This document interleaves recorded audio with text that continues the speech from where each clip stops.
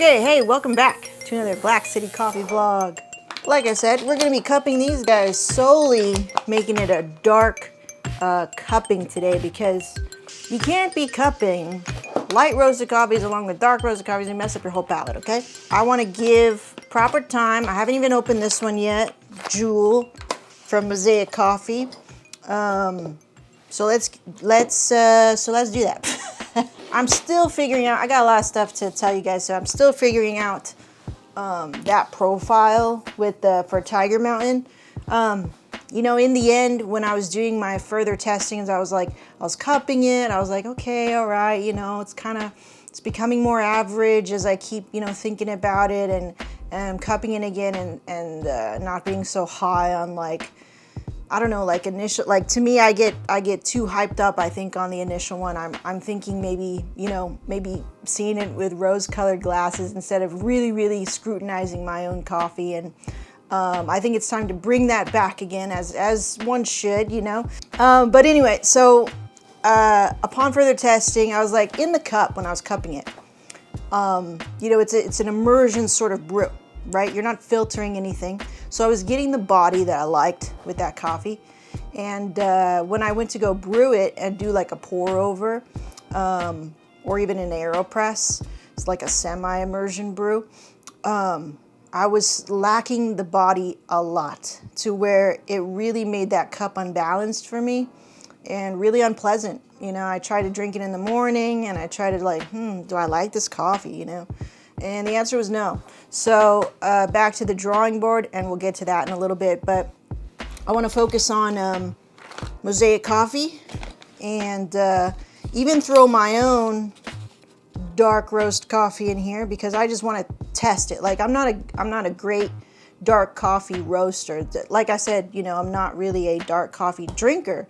So how would I know what's good, right? So I'm gonna trust that Mosaic Coffee knows their dark roasts, okay? And I want to compare mine to yours and see where I can improve for sure. So I'm gonna do this sitting down. I've had a long day, a busy day, not a long day, just, you know, busy, good busy. You know, it's not me criticizing like your coffee should be like mine. You know, I really hope that didn't come across like last video. It's like, it's all different types of styles. And so if I can learn from this style, then yeah, so be it. I want to do that. And I got to do the dishes again.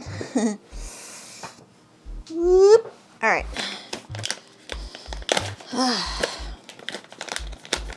Wow. Whoa. Wow. Woo! This is dark. Holy moly. It's very oily. I'll show you guys. This is the type of coffee that I used to, you know, ask my mother-in-law to bring back to me from Vietnam. It's very Vietnam style. Look at how oily these are. Wow. So this is like second crack and beyond. I'm very curious what this looks like. I haven't done this in like, since my hot top days, you know? And even then I was like really like not reluctant to do. Look how oily it is. I gotta show you. No wonder why you called that light medium. Because you're like, this is dark. Okay, I get it now. They look tasty though, you know? All right, let's see how dark mine is though. I'm not even done, hold on. Let's put the darkest one last. This guy in the middle. Mine will probably be the lightest. Mine's the lightest, I know. The lightest of the dark. Oh, I got some oils present. Hey. Now with dark roasts, who's to say it has oils and doesn't and all the kinds of stuff? Now, when you are learning in your traditional sense of specialty coffee and learning how to roast, I was taught that was sort of a no-no, okay? But let's not discount what we like, okay? That's really important. You like that? Then it's good, all right? I want to remind you of that. So we're going to have fun today. Mine right here, this is my dark Vietnam that I do here. Oh, let me get some pictures for you so you can see the evidence of oils. How I roast a typical dark is more like a medium dark. A medium dark, right? Yeah, I think so. I think that's what I do. What's going on here with the hair? Okay, I do like a medium dark. Now there's no oils present on the Harmony. Yes, this is your light medium. And when I cupped it the other day, I was like, oh, this is a dark coffee. And then we're gonna try this very oily one. Okay, let's go. All right, so let's get these ground up and then we'll get back to you. Okay, I'm back. I've just ground these up and you won't believe what the dark one looks like. It looks like soil. Like, you know, very rich soil. All right, let's see here. So, oh, the different types of coffee. So you have more chaff, so that's kind of throwing me off. It looks a little lighter than mine. Ooh, tobacco leaf on mine. That meaty stew.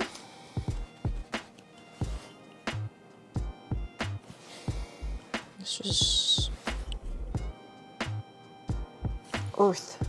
It smells of earth. And it almost looks like planter's soil. It's so dark and rich looking and fluffy. All right. Interesting. Fun. They look like cupcakes. Chocolate cupcakes. All right. Anyway, so while we wait for these, let's answer a question from one of you guys. This is from Virtual Coffee Lab, Mike. I'm looking at your total roast percentages for this light roast. And this is for one of my videos here at 1817. I've not gone that short before, so my question is about the development percentage range you find yourself in for a light roast. 7 to 14% development before you can start to fall into the medium range. Okay, can you share what those might be? By the way, I did just watch a video addressing on how to roast your coffee without going too dark. You know what? It depends, Mike. Like, some coffees, for whatever reason, like I'd never roasted a coffee like that before. I was just so surprised, but I was like, in the cup, like, this is what it is. Like, if I go beyond this, it starts turning dark, or it starts turning darker, right? Getting into the medium realm. And I was like, this is messing with what I've learned, you know?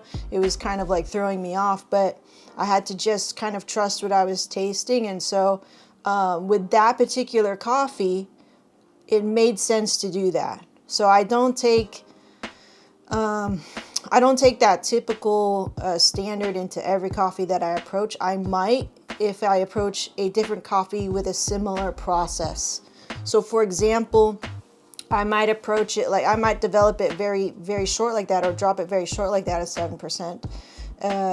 If it's like some kind of natural fermentation process or something, that's like not a typically too high of a elevation, right? I'm learning that with this Ethio natural that I'm trying to figure out. I'm like, oh, I can't develop it like Pioneer or Mr. Pablo, really short, really tight, aggressive roasting. I think I actually have to slow down and elongate something, and I'm not really sure yet, but I can't roast it the same way, even though I'm also trying to roast a light roast for this particular coffee. So I think it like depends on the coffee. It's, you know, its elevation and then its process, you know, and that's typically what I find in my experience is going to determine like how I mess around in the roaster. But then ultimately it's like what I, you know, taste in the cup.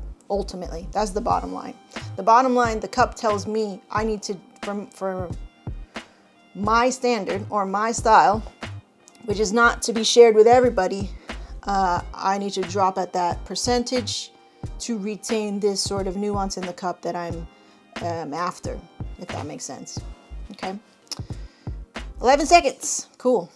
Answered that fairly quickly. Thank God. I hope that makes sense. If not, we can chit chat a little more about it. Oh, I forgot to put water in here. It's not a trash can.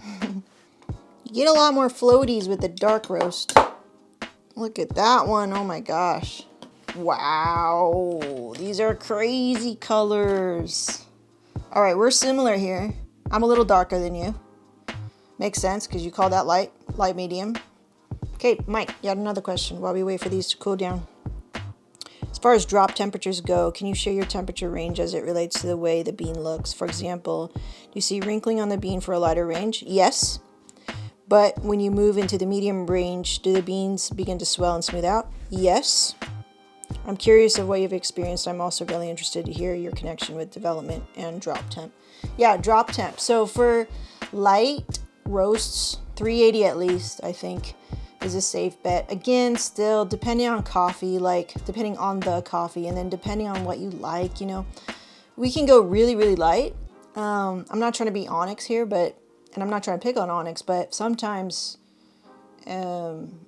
sometimes that's when I come across some coffees are okay with that sort of a light development. But I do find that with a light roast that you drop at like 380, and that's like the bare minimum. It could be a little underdeveloped. Like, I think you went to say that.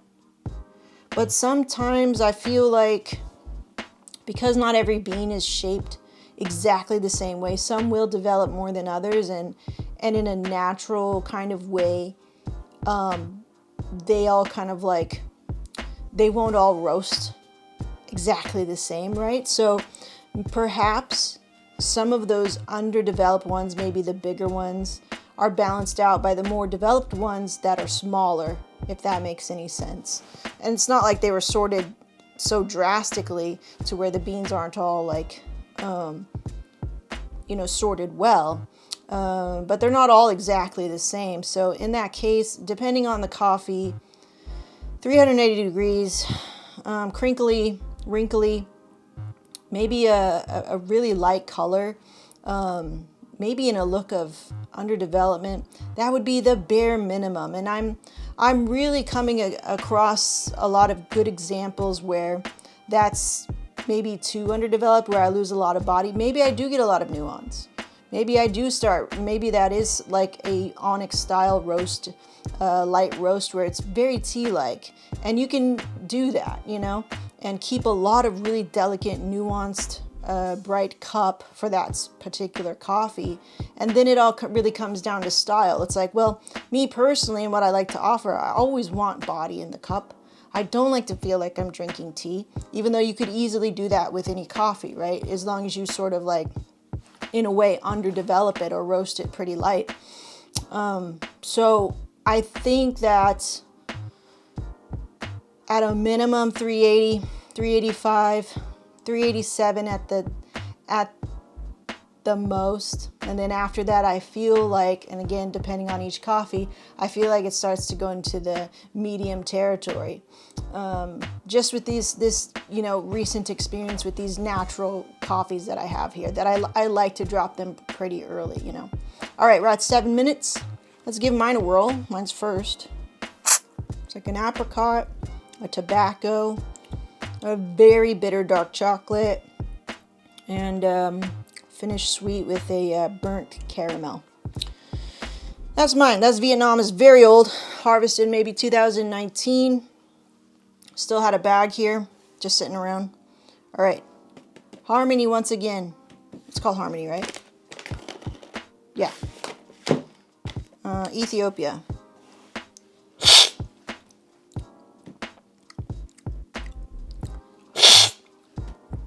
Yep. Quite a bit lighter than mine. I'd call that a light dark roast in my scale. I still get a really nice note of that. They're roasted fruits, roasted peaches. You know, it kind of reminds me of my my decaf. Kind of like a tangy barbecue coming in. But there's a roasty tobacco thing in there, and a soy sauce meaty thing that, you know, that I also talked about. The finish is nice. I mean, it's coffee. It's that like nostalgic coffee flavor that we all kind of grew up with. Like I said before, definitely a really great base for milk, white drinks, things like that. Even cold brew would be very nice. You know, now in the summer it's so hot. An iced coffee, I think that cold temperature would make this acidity shine a little bit more. And I think that would give it a really nice balance. I love the body on it though. Nice and coating. All right, here we go. This is the first time trying this one. This is Jewel from Bali. This is a dark roast. Oh yeah.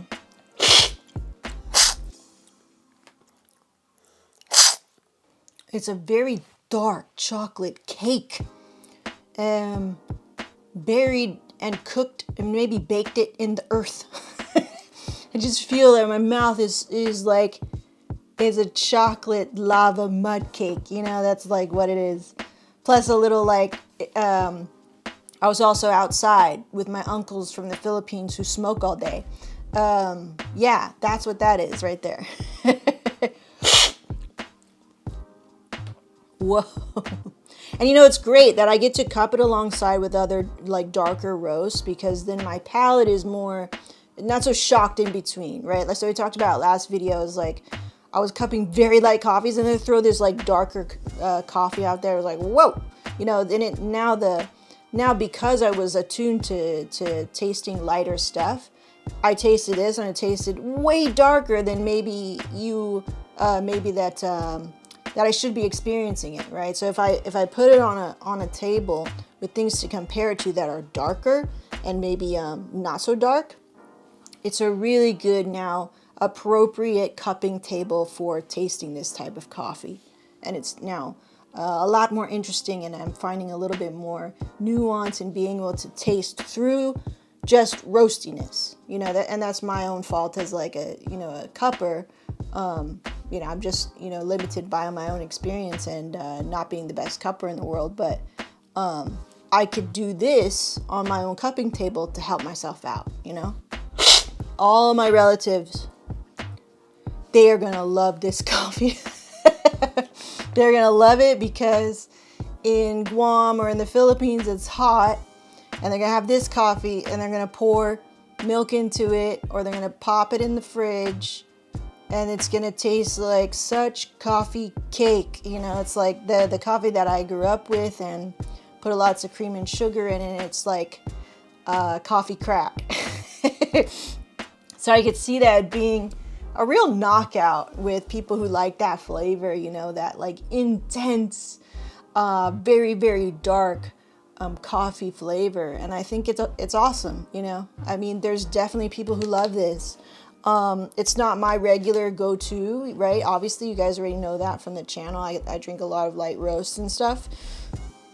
But, you know, I could take a lesson from, learning how to do this, even though I don't drink it. You know, I should learn all the spectrum of the coffee spectrum, and definitely can appreciate from all sides of the spectrum of coffee for sure. Let's taste this one again. It doesn't taste dark at all compared to that. It tastes more like a medium, and its sweetness is really nice. Now it's more like I said, there's like that roasty fruits, like on a summer barbecue, throw some fruits onto the grill. There's that sort of caramelization that happens between a fruit and then the fire, and you get that smokiness too. That's what I'm getting in this. A buttery barbecue sauce, like my mom always puts butter in the barbecue sauce, and this like really rich, meaty, sweet, tangy, buttery flavor. That's what I taste in there. Interesting. Very cool. Let's see what Vietnam has to offer again. Yeah, it's tasting its age, showing its age. Little paper bag in there. But enough to do something like a cold brew, a white drink. You won't know. Timothy from Mosaic Coffee. Great job. I mean, you obviously know what your customers want, and I think if this was a dark roast, I think you nailed it. There's no question. Nobody can question that this is not dark. Unlike mine to be like, are you sure this is dark? This is like a medium to me, right? I'm sure people are saying that about my coffee. And then this right here, I'd call this a solid medium. But still, you kept some good nuance in there, some still fruit in there. It's in Ethiopia. I don't know exactly where it was from. We never finished that, did we? But I don't think it had that much more information. It just said Ethiopia. Okay, so to finish, great job. Thank you again so much. Links in the description for Mosaic Coffee. And now we're going to finish with Mike. You left me such a long message, which is awesome. Based on your temperatures you have shared for your roaster, at what temperature do you hit first crack? I typically hit first crack around 375, 376. Yep. And I remember saying that to other Mike from Clatch, and he was going, because I was like, wait, you're doing this, I'm doing like this. And I was trying to figure out why my light roasts were coming out so dark. And he's like, and that was a question he posed to me too. He's like, when do you hit first crack? Because apparently it's different on smaller machines versus larger machines and so on and so forth, right? So every machine's a little different when it typically would hit first crack. So I said 375, 376, typically. That's when I hit it. And that's around like the 8, within 8 to 9 minutes within there. And yeah, so that's typically when I hit it. And he goes, okay, and he gave me a bunch of advice, right? And that kind of really helped me, clean up my roasting act. Lastly, since you are dropping during earlier part of the first crack, I've got to imagine a percent of your roast might have not reached first crack. Yeah. Would you consider those underdeveloped? Yes. Where do you think the line is for underdeveloped coffee? I know you will say cup, cup, cup. Yeah. Like I just talked about in my little rant there, which I totally agree. But I'm curious if you have an imaginary line you like to reach. Thanks again. Thank you, Mike. That was such really thoughtful questions. And I know your channel is amazing. You explain things way better than I do. I just keep rambling on. And a line. There's definitely like a line, but it's not imposed by me. It was imposed by the books I read when I first started roasting. And it's that one that everybody knows, that you do your 40-40-20 and the line must look like this. And I have those rules lingering in my mind. And I just remind myself to, based on my past experience in my notes at that very moment and what I'm seeing and whatever the evidence is in front of me then, at the present moment, then I'll make decisions and based on that. And I should put confidence in that. And I always have to tell myself that every time because I don't know, just, old habits die hard, right? But yeah, there's no imaginary line until I've established a standard for that particular coffee. When you get a roast profile down, you're like, this is my roast profile, which is like your standard for this particular coffee. And then lines will be drawn then. Otherwise, I really try to let the coffee show me where it's best. Sometimes like I think with this Ethio Natural that I did in the last video, I still have it sitting in front of me, definitely, yeah. If I'm dropping this guy very early, like this one I dropped at what? 9%? And I may be in the middle of first crack or I'm having a slow first crack, but that's sometimes indicative of natural processed coffees. They have a quieter first crack, right? So sometimes, yeah, maybe some of those are going to be underdeveloped in comparison to others. But like I said, like some of these smaller beans, like I'll just give you a clear example here. This one swelled the hell up, right? And then you have some like this that are not so swelled or just really tight, They haven't even they haven't moved. They're convex, And oddly enough, like one is bigger than the other one. So I would think that this one would be not take on so much heat than the smaller one. But, here I stand corrected. So I think what happens is, definitely with this first attempt, this is not going to be fully developed. I don't mind having underdeveloped beans in the cup as long as it tastes good.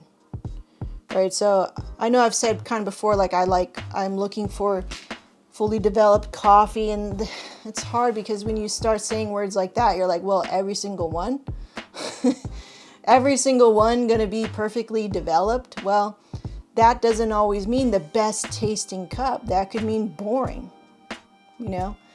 I think sometimes if you purposefully say drop at first crack, and your intention is to do that, you are intentionally hindering some coffees to be like fully developed, so they actually retain more brightness or maybe more acidity, right? Instead of going full blown and being full developed and maybe getting sweeter. And maybe some go sweet and some don't. And that would create that crazy thing we like to call balance. And finding that delicate balance in between, cupping all the time and making sure that that 7% actually means that balance that you're looking for. Or sometimes as the coffee ages, maybe it's now 8%, 9%, whatever, right? So yeah, you get it, right? Like the cup guides me. The rules are always changing and evolving because coffee is always changing and evolving, which makes it like a moving target all the time. You're like, keep still. But I think that's the fun of it, you know, like I like that, you know. I'm learning to become an upland hunter right now, and so I'm just learning how to shoot clays, and I get so hyped trying to hit this moving target. And I'm trying to hit the easiest one too. It's like not like a crazy one. It's not super fast or anything like that. And I find the joy actually of missing, of failing, and learning how am I gonna adjust or go through the motions or gain some real life experience, just like in roasting, to hit my target. So yeah, I like that. I like kind of failing forward and failing and missing the target sometimes and being like, what did I do? Let's go find out. Even though I know like mistakes cost money and time and whatnot, but I don't know. I turn it into a game, I guess. Okay. And you know, because I can afford to. Let's not forget that. You know, I'm very grateful that I can afford to. Okay, so that was today's cupping. Mike, thank you for your wonderful questions. Mosaic Coffee, thank you for your wonderful coffee. Thank you for a lesson in dark roasts. I'll remember this. I will remember this experience. This is my first dark coffee cupping, so this is special. Okay, so thank you for giving me that. All right, good things. We'll see you in the next one. Bye-bye.